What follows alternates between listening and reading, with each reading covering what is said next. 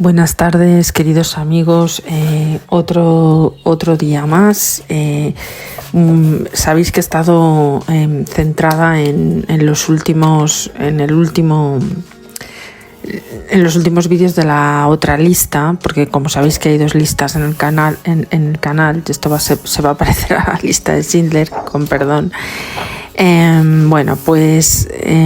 estado haciendo vídeos para esa lista porque había cosas de connotación social que tenía que destacar, porque es que la verdad me da mucha rabia las cosas que están ocurriendo. Pero bueno, al margen de eso, hoy empezamos un nuevo capítulo de nuestro maravilloso mundo en el que vivimos, relacionado en este caso con la Vía Láctea, desde su formación, particularidades, etcétera, etcétera. Entonces, no sé los bloques que me ocupará porque es bastante denso, pero bueno, como siempre veis que lo voy poniendo por números, partes y números, con lo cual así es más fácil de que podáis seleccionar el vídeo que más os interese. Recordaros que las suscripciones están abiertas, que podéis suscribiros a mi canal, dejar comentarios, etcétera. Y bueno, pues espero que disfrutéis de este contenido, que como siempre está hecho con mucho cariño y con la mejor intención del mundo, para que podáis aprender algo nuevo o reforzar algo que ya conocíais y no os acordabais, ¿vale? Bueno, pues empezamos dentro vídeo. En cuanto hablamos de la Vía Láctea, hemos dado algunos ejemplos en muchísimos vídeos de los que he colgado, ya hemos hablado de ella, la hemos mencionado, pero ahora nos vamos a ocupar ciertamente y específicamente en su gran mayoría y en su particularidad. ¿Qué es esta galaxia? La galaxia a la que pertenecemos. Pues empezaremos por cómo se formó la Vía Láctea. El proceso de formación de la Vía Láctea empezó con la creación de los primeros cúmulos estelares a partir de nubes de gas primigenias, al igual que las estrellas, como sabéis, las nubes de gas que generaban estrellas. Esto ya lo hemos hablado con la estrella del Sol, por ejemplo. El disco se formó con posterioridad y fue aumentando de tamaño gracias a la incorporación de materia de otras galaxias vecinas. Los cúmulos globulares son acumulaciones de estrellas localizadas en el halo galáctico y se formaron a partir de nubes de gas y de polvo de elevada densidad. Miles de millones de años más tarde, la galaxia ganó una masa suficiente como para que la intensa gravedad hiciera que rotara, con lo que adquirió la forma de disco plano.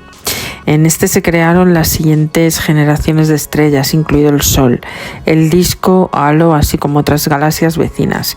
Entre las estructuras que ha desarrollado destacan el núcleo, con la barra central y los brazos espirales.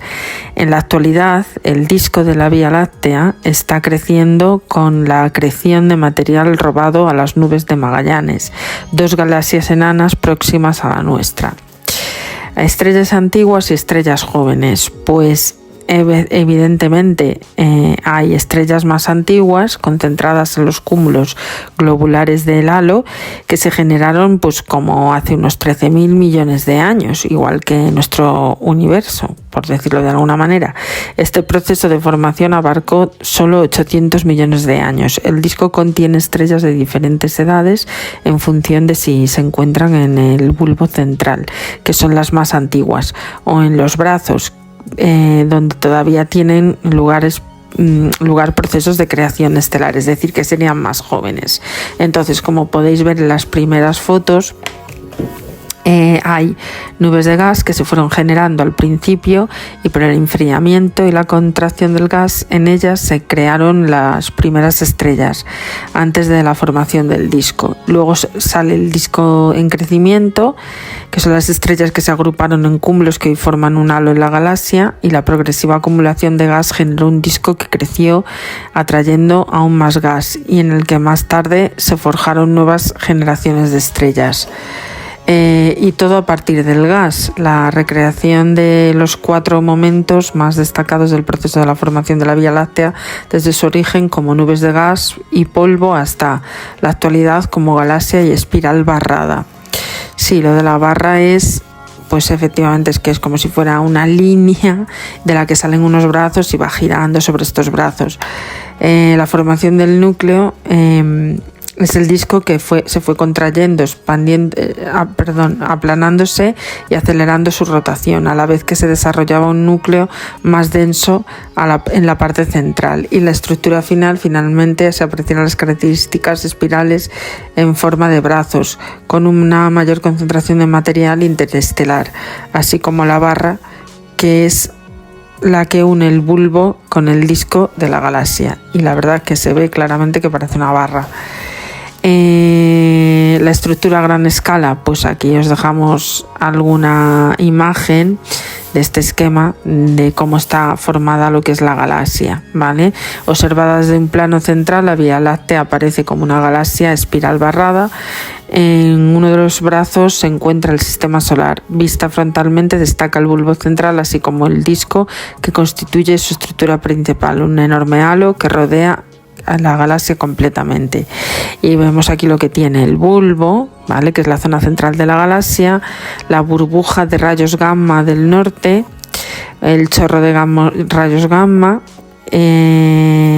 la burbuja de rayos gamma del sur, un agujero negro, que tiene un agujero negro, por cierto. Entonces, vamos a ver, este diámetro del disco alrededor tiene más de 100.000 años luz, la anchura del disco entre 1.000 y 10.000 años luz, la masa total de 0,8 a 4,5 billones de masas solares, o sea, cuidado, la masa del Sol, imaginaros, alrededor entre 0,8 a 4,5, multiplicar todo eso por la masa del Sol, que ya hemos dado las dimensiones en los capítulos relacionados con el Sol. La edad de las estrellas más antiguas, alrededor de 13.700 millones de años, las cantidades de estrellas entre unas 200.000 y 400.000 millones, cantidad de planetas alrededor de uno por estrella, la distancia del Sol al centro de la galaxia entre 24.700 y 26.700 años luz, y el periodo del Sol alrededor del centro de la galaxia entre 225 y 250 millones de años. Esto es un resumen básicamente de lo que hemos visto en los capítulos anteriores, pero para que tengáis en cuenta cuál es la magnitud de la galaxia. Veis aquí en este esquema que se puede ver que está el centro de la galaxia, y si lo dividimos en varias partes encontramos el brazo del escudo de Centauro, encontramos la barra esquemática de la distancia desde el centro en miles de años luz, el agujero negro que está en el centro de la galaxia, que es esa materia que la hace girar sobre sí misma, el brazo de Sagitario, el brazo de Perseo, el brazo exterior, el brazo de Orión, la constelación de Orión, y el halo galáctico que forma, porque esto forma un halo galáctico, que es lo que decíamos, que tiene gas y material, básicamente para que podáis verlo. Nuestro brazo galáctico, desde nuestra posición interior, las nubes de gas y polvo de la Vía Láctea tienen un papel similar a las paredes de un laberinto. Aún así se ha podido vislumbrar que no encontramos en un brazo de la galaxia conocido como el brazo de Orión, debido a su proximidad a la constelación de Orión. El tramo del brazo galáctico, en el que nos encontramos se sitúa entre el brazo de Sagitario y el de Perseo. En él se localizan las estrellas desde la Tierra y vemos las más brillantes, las más cercanas, se exceptúa el Sol, que se presenta con más luminosidad que el resto. Situada a menos de 10 años luz de nuestro planeta, entre las más alejadas destaca Rigel, que se encuentra a una distancia de 700 y 900 años luz. De hecho, se trata del sistema formado por dos estrellas, cuya mayor componente tiene una masa estimada 18 veces mayor que la del Sol, mientras que su radio supera unas 73 veces el de nuestra estrella. Y luminosidad en el espectro visible es al menos 50.000 veces mayor. Una región poco poblada de estrellas, además, en el entorno solar es una zona relativamente poco densa, y si se compara con el centro galáctico o con los cúmulos globulares del halo, pues evidentemente tiene menos estrellas. Sin embargo, esta densidad es suficiente para que encontremos unas 2000 estrellas en un radio de 50 años luz. Y aquí tenemos otro esquema de cómo está distribuida las estrellas más visibles, entre las que encontramos Sabecen, Eta Leonis, la de Betelgeuse, el Sol, por supuesto, el cinturón de Orión, Rigel, Polaris, estaría Polis, estaría Alfa de Camelopardalis, madre mía qué nombre, en fin, y unas cuantas más que no me voy a poner ahora a leerlos. Entonces aquí hay un esquemita donde os dice los componentes, la distancia, etcétera, etcétera. Esto lo podéis ver en la fotografía, no me voy a parar con esto, no voy a hacer tanto hincapié como otras veces porque de verdad que es un capítulo muy muy denso y no me quiero perder. En cuanto a los tipos de galaxias, pues evidentemente también hay tipos de galaxias. Tenemos la elíptica, la espiral barrada, que es como la nuestra, la lenticular, la irregular y la secuencia de Hubble. Vamos a empezar por la elíptica. Las galaxias elípticas se caracterizan por tener formas más o menos elipsoidales, sin una estructura clara y bien definida. Sus estrellas orbitan en torno a un centro de gravedad distribuidas en las 3 dimensiones. Acostumbran a contar con escaso material interestelar. Es, por ejemplo, la primera imagen que podéis ver, que es así como de color fucsia. Esa sería la 1. La espiral, ¿vale?, que es parecida a la nuestra, es esta, la que hace así como, pues eso, esa barrada, ¿vale? Las galaxias espirales tienen una estructura bien definida en torno a un plano principal en cuyas cercanías orbita la mayoría de las estrellas, formando un disco, y deben su nombre a los brazos que se expanden desde el núcleo con características similares a las de las galaxias elípticas. En la imagen vemos la galaxia NGC 5559. La espiral barrada. Esta es la nuestra, la Vía Láctea, que es la número 3, ¿vale? Esta la podéis ver también en la imagen, que es muy bonita, se ve el cinturón de acreción que está alrededor y cómo se va expandiendo y como hay en el centro una masa brillante y entendemos que dentro está el agujero negro. Vale, pues la espiral barrada es una de las muchas galaxias espirales que cuentan con una estructura pues de este tipo, que tiene una barra central que une sus brazos. En estas estructuras se canaliza el material interestelar a partir del cual se generan nuevas estrellas. En la imagen, la espiral barrada NGC 7098. La Vía Láctea es como la nuestra. La lenticular, que es la que está con el número 4, que se ve así como un poco inclinada. Estas galaxias tienen características intermedias entre las elípticas y las espirales y muestran un disco como las espirales, pero que tienen escaso material interestelar, como las elípticas, y carecen de brazos, aunque pueden presentar estructura espiral. Por otro lado, tenemos la irregular, que es la 5, que como veis está como muy difusa, no tiene una forma definida. Entre las galaxias más irregulares encontramos algunas con apariencia totalmente caótica, que es la que os he dicho, sin ninguna señal de núcleo o de estructura espiral. Se cree que pudieron ser espirales o elípticas antes de sufrir grandes deformidades al entrar en el campo de influencia gravitatoria de otras galaxias. Es verdad, a lo mejor por estar en interacción con otras galaxias y las fuerzas gravitatorias consiguieron deformar lo que sería su elíptica o curva, que debería de definirlas como tal, como el resto. Y luego está la secuencia de Hubble.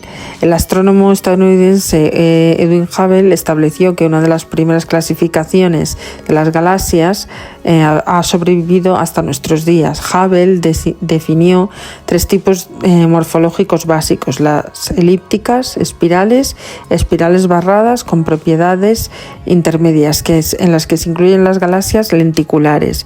Los subtipos de galaxias elípticas responden a su apariencia, y el 0 indica una apariencia casi circular y el 7 una gran excentricidad. Los subtipos de galaxias espirales denotan la estructura. A supone un núcleo brillante con brazos compactos y C un núcleo disperso con brazos sueltos. Entonces aquí veis este esquemita como Edwin Hubble intentó definir un poco las galaxias que se veían o que percibía su telescopio. Los movimientos en la Vía Láctea, evidentemente, como el cosmos está en expansión, como sabemos, la Vía Láctea también sufre de movimientos expansivos. Entonces, la Vía Láctea tiene lugar un movimiento incesante de estrellas, planetas y otros cuerpos celestes a través de sus brazos. Y no solamente eso, sino que también es la propia galaxia la que rota y viaja por el espacio a una velocidad vertiginosa. Es verdad, va muy deprisa, el ojo humano obviamente no lo capta, pero los telescopios y grandes medidores que tenemos ahora a estas tecnologías pueden captarlo, y evidentemente aquí podéis ver una secuencia de cómo se mueven. La Vía Láctea sigue un movimiento de rotación en el sentido de las agujas del reloj, vista desde su polo norte. Una de las manifestaciones de dicha rotación es la tendencia a formar estructuras espirales que aparecen cuando los elementos más alejados del centro del sistema presentan una velocidad angular menor.